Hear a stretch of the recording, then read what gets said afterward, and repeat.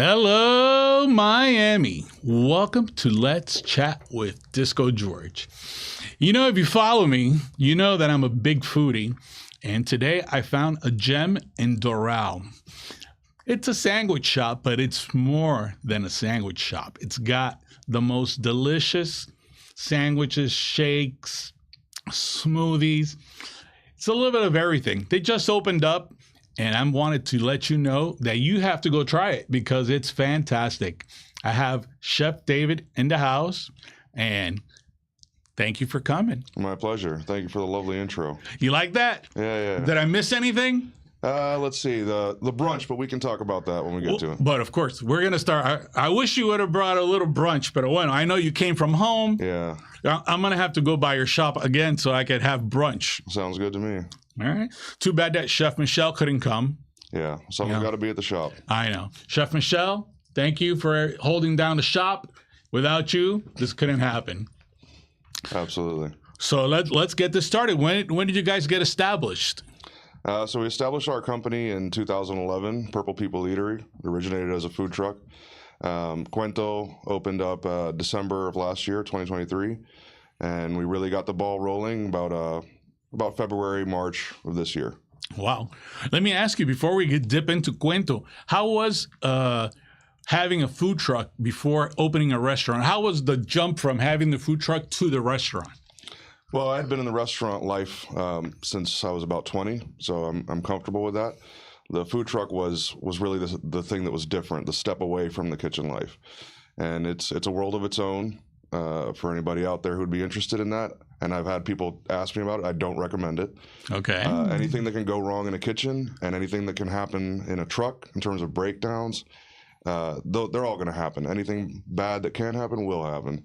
Wow. Yeah, I always see so many of them, and I've had many friends that they always they've always dreamed of having a restaurant, and you're living the dream right now. So that's one of the reasons why I'm asking, because people out there are curious, how to get to where you are at.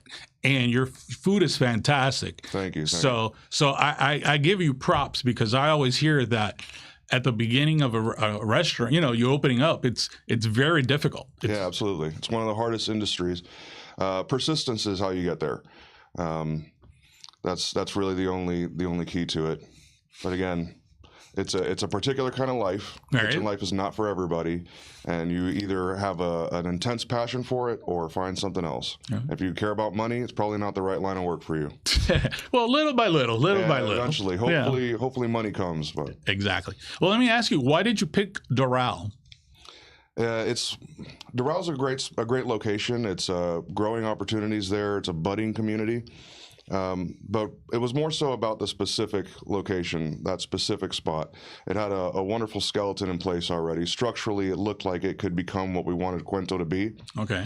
So that was the main selling point for us. It was clean. It was well put together. I didn't see any major issues that would stop us from doing what we wanted to do. And you have fantastic parking. Yeah, it gets packed in there, but at least there's plenty of it. Well, luckily, knock on wood, when I got there, I had Costanza parking. I had a spot. I pulled right up. Well, good. But I did get there early. Yeah.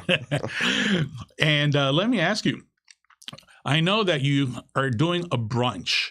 Yes. Everybody is raving about the brunch. Are you serving alcohol in the brunch? Yeah, absolutely. We're doing mimosas, sangrias, micheladas. As usual, we try and make as many things in-house as we can. So even the michelada mixture, What exactly is a michelada for those that don't know what a michelada is? Sure. So this is a clamato juice cocktail, basically, with beer. Usually like a light lager, island lager. Okay. Yeah. What lager do you use, if you don't mind me asking? We mix it up. Sometimes we're using No Mamas from Tripping Animals. Okay. Great beer works fantastically in this application. Sometimes we're just using whatever lager we've got around. Red Stripe, it could be. Oh, wow. Red Rio. Stripe. There's this very affordable beer. It's a light lager called Rio. What other kind of beers do you have? Because I'm a huge beer fan. Mainly, it's our Tripping Animals beers. Okay. So they're one of the best breweries in Miami, and we're very happy to have them that close. And their presence in that west end of Doral I think it's very good for the development around there. We're trying to also raise that side of town up. Excellent, excellent. And I know you have the mimosas, but you'll tell us about the items that you do have for brunch. Sure. So we've got an excellent Eggs Benedict. We call it El Papa Benedicto. What makes this a little bit different than your average Eggs Benedict is the ham is jamón serrano. Oh, and nice. Our hollandaise sauce is a huancaína hollandaise.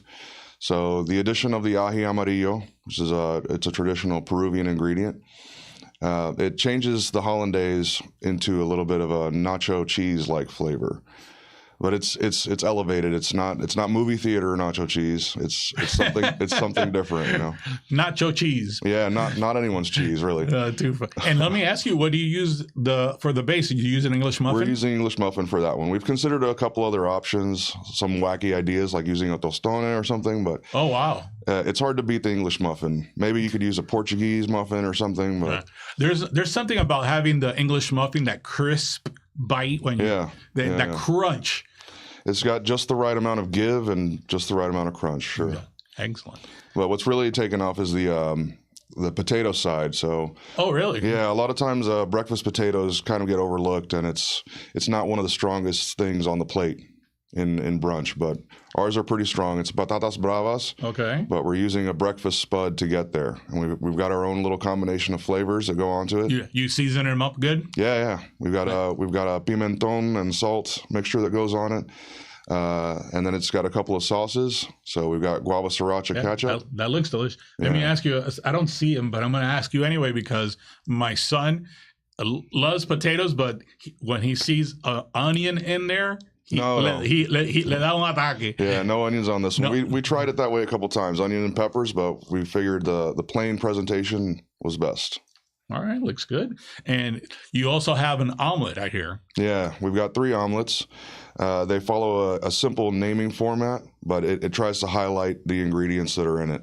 So we've got a ham and cheese, which uses ham, chorizo, and a 3-cheese blend. And the ham is serrano? No, not for this one. Not for that one? No, I wouldn't put jamón serrano in an omelet. No? You could, but you can supersize it or upgrade it? You'd have to negotiate with the chef if you come in to try and do that.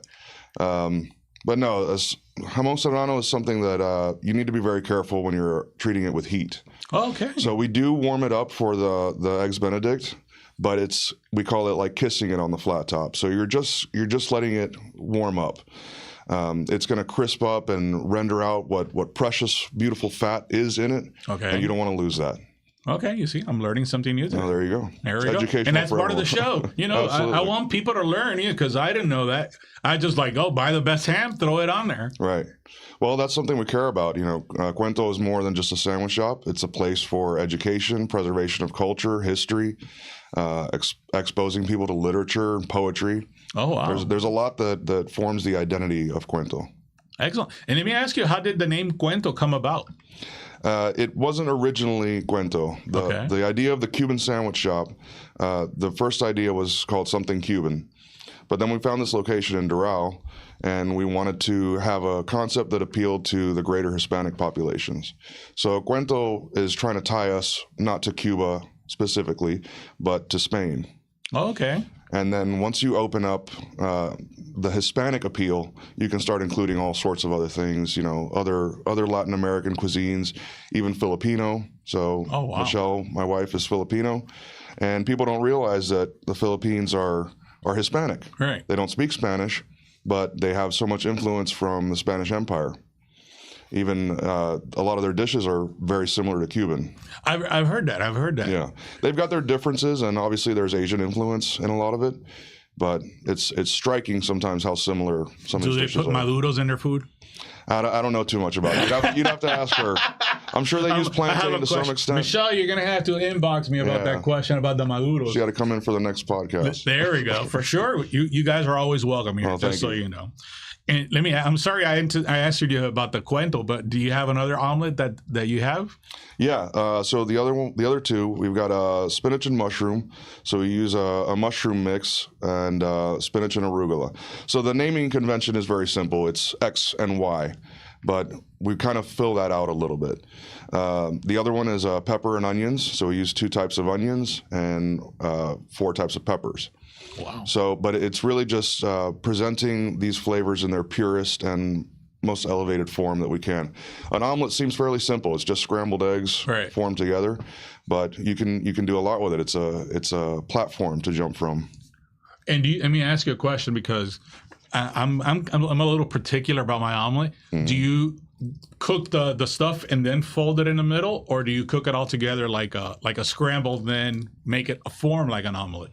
So we've got a scramble. We're cooking it in the pan, and we're basically the folding over is like the last part. And you basically are going to have a little bit of runny egg left, and we're going to leave it sitting there for a couple minutes on the residual heat as it's folded over, and let that interior finish steaming. Just kind of carry over cooking. And I'm sorry, did you add cheese to the spinach one? No. The ham and cheese one is the only one with cheese. The only one with cheese? Yeah. Really? Now, if people want to customize omelets, we'll allow that. But okay. No, I'm just really curious because I wanted to learn something else, see if there was a reason why you didn't add the cheese. Right. Well, when I go to make myself an omelet, I'm throwing all the stuff in there. Okay. I'm a loaded up omelet type of guy. Me too. I love a good Western omelet. Yeah. Either that or an all the all meat one. What's it called? The meat, with the bacon with the sauce. Meat lovers. That's exactly. Yeah. And I like the Buddhist omelet, one with everything. A Buddhist, you said? Yeah. Oh, interesting. I've never heard that one. Is that a Michelle creation? Little dad joke that I got. Okay. All right. So let's get into the sandwiches. What is your number one selling sandwich? So El Cid, or pan con bistec, is our bestseller by far. Probably outsells the next item by about 25%. Wow. So it's very popular. It's our biggest and most expensive sandwich, but it's shareable. Now, how many inches is the... I'm not sure inches wise, but it's a half of an entire Cuban loaf. Oh, wow. Yeah. So we tell people it's shareable and recommend, to split it. Yeah, but they won't. They end up either taking the rest home for themselves or just eating it all there that day. And is that the sandwich by itself when you order, or does that come with a side? Yeah, most of the sandwiches are just the sandwich. We have a couple of them that we felt needed a little side with them. So the medio pollito is our fried chicken sandwich. Okay. That comes with a side of waffle fries.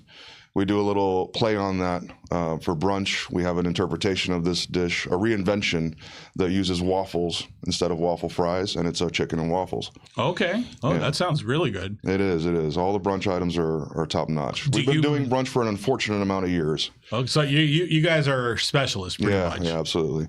And that's a particular skill set as well. Being an egg cook is really its own field.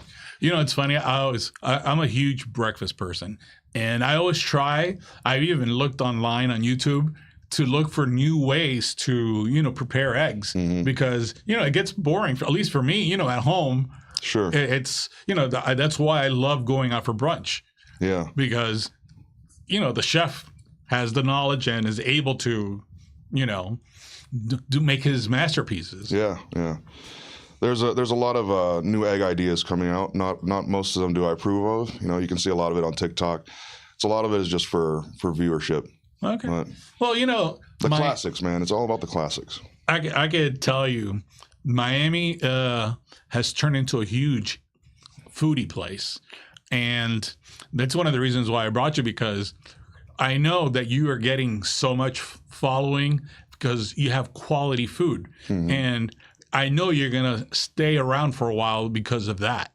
You're not just, somebody that's showing up and, oh, look, I'm making an egg, an omelet. And, you're going to stick around for a while because of the quality of the food. Absolutely. That's some of the things that we try to focus on is, attention to detail and the quality of our ingredients like you're talking about. So if people are receiving that and they appreciate it, then that's great. Hopefully we'll last. Now I want you guys to pay attention to this, what I'm going to say.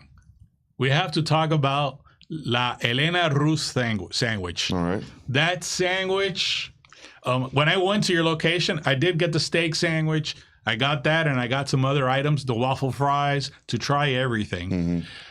But the Elena Rus was my favorite. Well, I'm glad to hear that.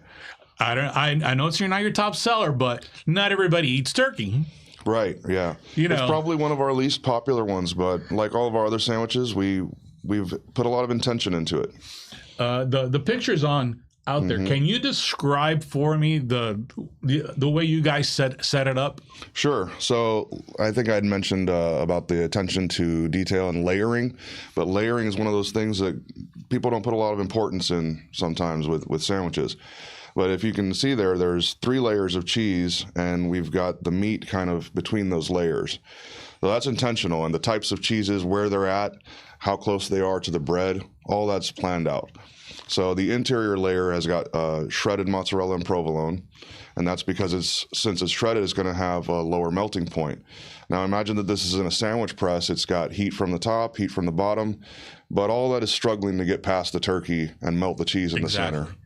So then we've got sliced Swiss. Well, actually, no, for this one, it's cream cheese along the medianoche bread. You also do a medianoche? Yeah, our medianoche is called Don Quixote. Okay. It's almost like a Tampa-style Cuban sandwich turned into a medianoche. Okay. Tampa-style Cuban uses salami instead of lechon. Sometimes I believe they use lechon and salami, but we've replaced salami with chorizo cantimpalo. And it really reshapes the sandwich. It makes it almost like a Cuban-Italian fusion. Oh, nice. Or I'm not going to say that. I don't want to do cantimpalo wrong like that. Do you put a pickle in it? No, we have homemade pickles that we put on the side. Okay. Yeah, we use little pepinillos. They're very good. Michelle does those. Mustard? We have a mustard sauce that we make. Okay. It's also a very unique sauce, yeah. Okay, because I'm not huge on the mustard. I always go light on the mustard. Mm-hmm. Well, just straight up mustard is a little stark. Yeah, exactly. So ours is like a mayo mustard mix. It's brightened and heightened by a few other flavors. There's nothing I hate more than if I go by a medianoche and the mustard is just slopped on there so much. Really? That in my opinion, it just overtakes the sandwich. Sure. And then you don't taste the actual items in the sandwich. Right, yeah. I guess it's up to each place and how they do everybody's different, but some places I find just put like a little squirt of mustard. I'm like, where's my mustard flavor in there? Well, that's why I wanted to ask you, is that a strawberry sauce? Yeah, it's a strawberry guava sauce. But one of my friends put me on to this not too long ago, and he started dipping our sauces in different sandwiches, and I was almost infuriated at first. I was like, "You're not eating it the way that it's designed." Oh my God! All these flavors are intentional and planned. Exactly. But then I hesitantly tried it. It's your creation, right. And somebody's changing the recipe. Yeah. Chefs hate that for the most part, but. Yeah. I gave it a shot and I tried it and I was like, man, he's right. This stuff does work together. So you take the Don Quixote and you dip it in that strawberry guava sauce, it works. So it kind of put me onto the idea that, well, we've done more than just create individual items that work together. We've created a flavor profile across our menu. And this kind of just put itself together organically and worked out that way. But we're very happy about that. Wow. I don't know if you remember when I was at your location, I suggested a sandwich that got the powdered sugar on top. Monte Cristo? Monte Cristo. So, what are the chances that you put the Disco Monte Cristo? I like the name. We actually experimented with that on Mother's Day. Really? Yeah. Really? So we took our Doña Elena. Okay. And we created a materva batter. Oh my God. And dunked that in it and fried it. Now, it needs a little bit of work. There's something that gets lost in the flavors there. So we're thinking about maybe putting cheddar cheese or something spicy inside the sandwich. But yeah, it's an interesting idea. Well, I'm willing to go to the creation, Sure, yeah. Maybe the taste testing of this new sandwich if it comes out. Yeah. So my wife, while she was there, she had a green smoothie. Mm-hmm. Okay. I tried the purple one, but I want you to tell the people what exactly was in it because they were fantastic. So there's a long list of ingredients in each one, but I'll give you the basic gist rundown. of it. Sure. So the green one is almond butter and spinach, some berries, bananas. It's basically got your typical kind of green smoothie flavors in it. Okay. It's nutty. The purple one is an acai base. also with berries and bananas and stuff like that. But it's definitely more berry flavored as opposed to the other one being more banana and peanuts. Yeah. Yeah. Well, it was very good. Thank you. Very good. Purple. I love the purple one. Yeah. Well, it's a little throwback to our truck. You know? Well, yeah, that's what I figured. Yeah. That's what, and you just call it the purple smoothie? Yeah, we call them purple smoothie, green smoothie. Then we've got our juices. We got a red juice and an orange juice. So there's something What's the red there. juice? That's a mix of juices, basically as a beet juice base with ginger, pineapple, carrots. Wow. Yeah. Have you ever mixed that with the champagne? I haven't, but we could try that. There we go. I'm telling you. I can't wait to go back. We're going to have to give you a consulting fee. There we go. I charge by the sandwich. Okay. Well, that's good. There we go. Trust me, it won't be too bad. And you also, besides the smoothie, have shakes. Mm-hmm. Well, we've got a couple right now. We're trying to expand that menu a little bit. We've got a white chocolate flan batido. Well, oh, my God. Yeah. Hold on a second. I've had a flan shake before from our buddy Seth, the Burger Beast. Shout out to the Burger Beast. Yeah. But no, he's got a good one. I would say ours is a little bit better. Oh, yeah? Yeah. Wow. I'm going to have to try yours. Well, he comes over sometimes and shaking his head about our flan. Oh, he likes it. You guys have to do like a shake-a-thon. Yeah, shake off. Yeah, shake off. Yeah. That would be fantastic. Mm. When was the last time he was in? Not too long ago, maybe within the last month or so. Oh, yeah? Yeah. I know he's been busy with the 954 burger thing. Yeah, I've seen that lately. And he's doing his pop-ups at Mojo Donuts. Yeah. That's great. I go by there as often as I can to get a Do you guys have elbow. a burger? We have a Frita. We've been thinking about doing some type of burger, but again, everything's got to be planned out, and we've got to be able to put our stamp on it. You know he has a very good guava sauce. Yeah, we're using it actually. Oh, really? Yeah, absolutely. Oh, yeah, I'm plugging your stuff. Me debo una botella. And last but not least, you have flans also, and you have cookies. Yeah. Can you tell me what kind of cookies? Yeah, so the pastries and sweet department, that's all my wife, Michelle. She does whatever she wants there, but she's landed on some big hits as far as the cookies. Brookies is one of our top sellers. It's basically a cookie with a brownie interior. I don't know how she does this. I don't ask. That sounds delicious. Yeah, she does snickerdoodles. We do M&M cookies. Let's see, peanut butters. I don't know. She whatever she wants to do. She does these little sweet breads as well. Wow. Sometimes they've got ginger in them, or they've got fiber from our juices.